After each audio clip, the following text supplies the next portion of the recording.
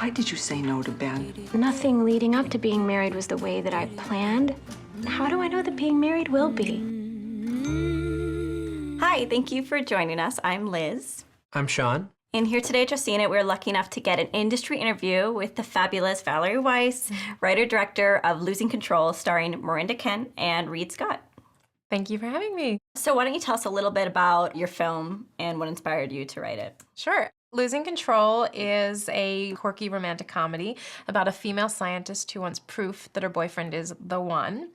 And it is an idea that I had. I actually used to be a scientist. I did a PhD at Harvard, like all filmmakers do in biophysics before, because someone told me that was a prerequisite to... They all have that. They all have that. Orson Welles has like 5 degrees in Totally. science. I feel very intimidated by him.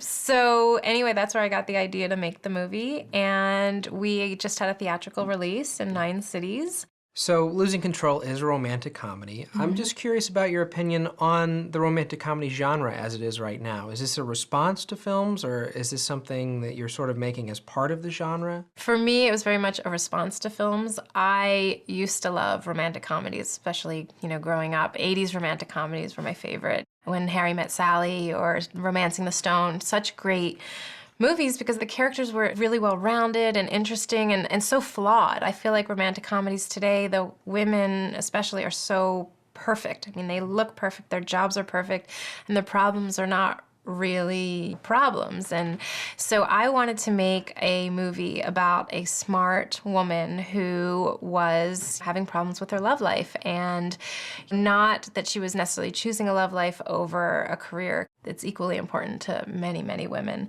Having been a scientist in the lab, I thought this would be a great setting for a screwball comedy. The world of academic science is so absurd. So you said that you like personal films, and the character in the film is a scientist, and you studied science. What other elements are autobiographical? I think a lot of her psychology in the movie is very much comes from a real place. And the thing about being a scientist is that you fail more often than you succeed. So the thing that scientists know really well is failing, and artists know that too. There's actually a lot of similarity between being a scientist and being an artist. And so her frustration with having to do this experiment over and over again, and her self-confidence suffering and having it bleed into her personal life, and feeling like, I don't know if I should marry you or not, which is the premise of the movie. So how about that proposal scene? I mean, that's taking place in a coat closet. I don't think that that's probably autobiographical, but was that just coming from your mind, or was there an experience there that someone had that you put on screen? The proposal scene is really the whole premise of the movie, this idea that he asks her to marry him and she's not sure. Sam, I'm convinced there isn't a better person for you in the entire world, and there's no one better for me.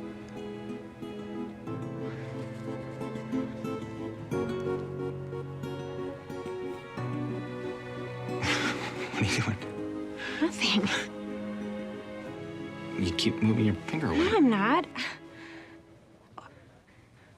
God, I'm so sorry, but I never thought that I was gonna feel like this. Like what?